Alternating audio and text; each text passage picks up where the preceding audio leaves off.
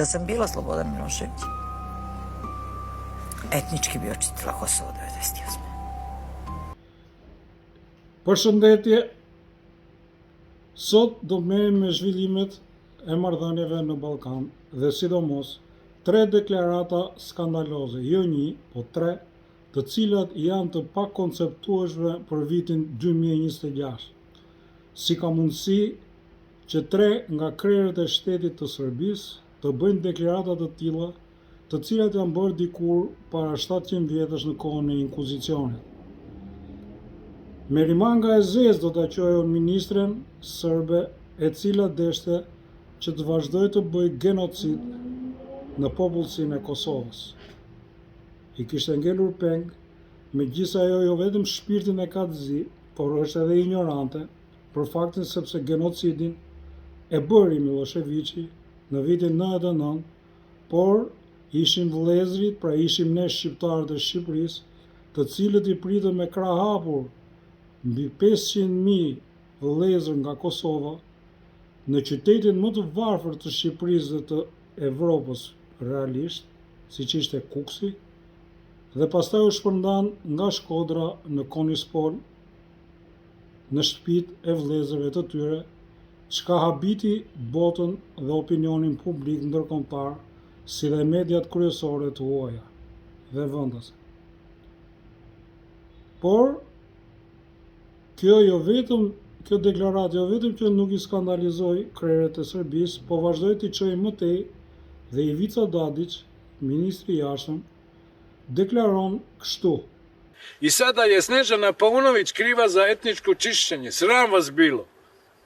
Ona je rekla da svi koji ne osjećaju Srbiju trebalo je da se vrate u svoju matičnu državu Albaniju. Pra, sipas Dadić, ai shqiptar që nuk e ndjen veten serb duhet shkojë dhe të vinë në Shqipëri, pra të ikin nga trojet e tij të lashta. Në fakt, nuk e ka keq, sepse po ta përkthesh ndryshe, i bie që çdo serb i Kosovës që nuk e ndjen veten shqiptar të iki në Serbi dhe mos kthej më kokën mbrapa. Mire ka. Ndërkohë, një tjetër skandal akoma më i madh është nga presidenti në ikje Vučić, i cili në ceremoni ushtarake i bën thirrje ushtrisë serbe ushtarëve që të çlirojnë Kosovën.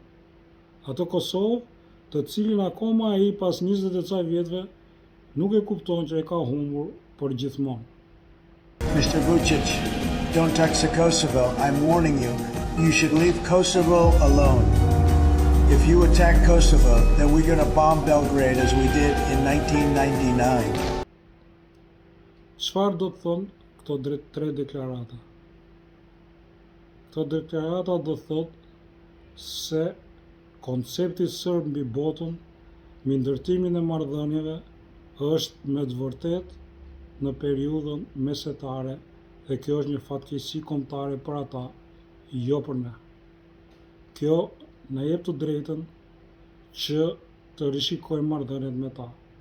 Por në të kundërt, Edi Rama, me anë të ministrisë së tij të jashtme, jo vetëm që pati një reagim të vakët, por i doli në mbrojtje vëllait të tij serb Vučić, duke deklaruar se do të hapi në Shkodër një konsullat serbe, që është sa e rrezikshme aq edhe qesharake, për faktin se në Shkodër nuk ka serb.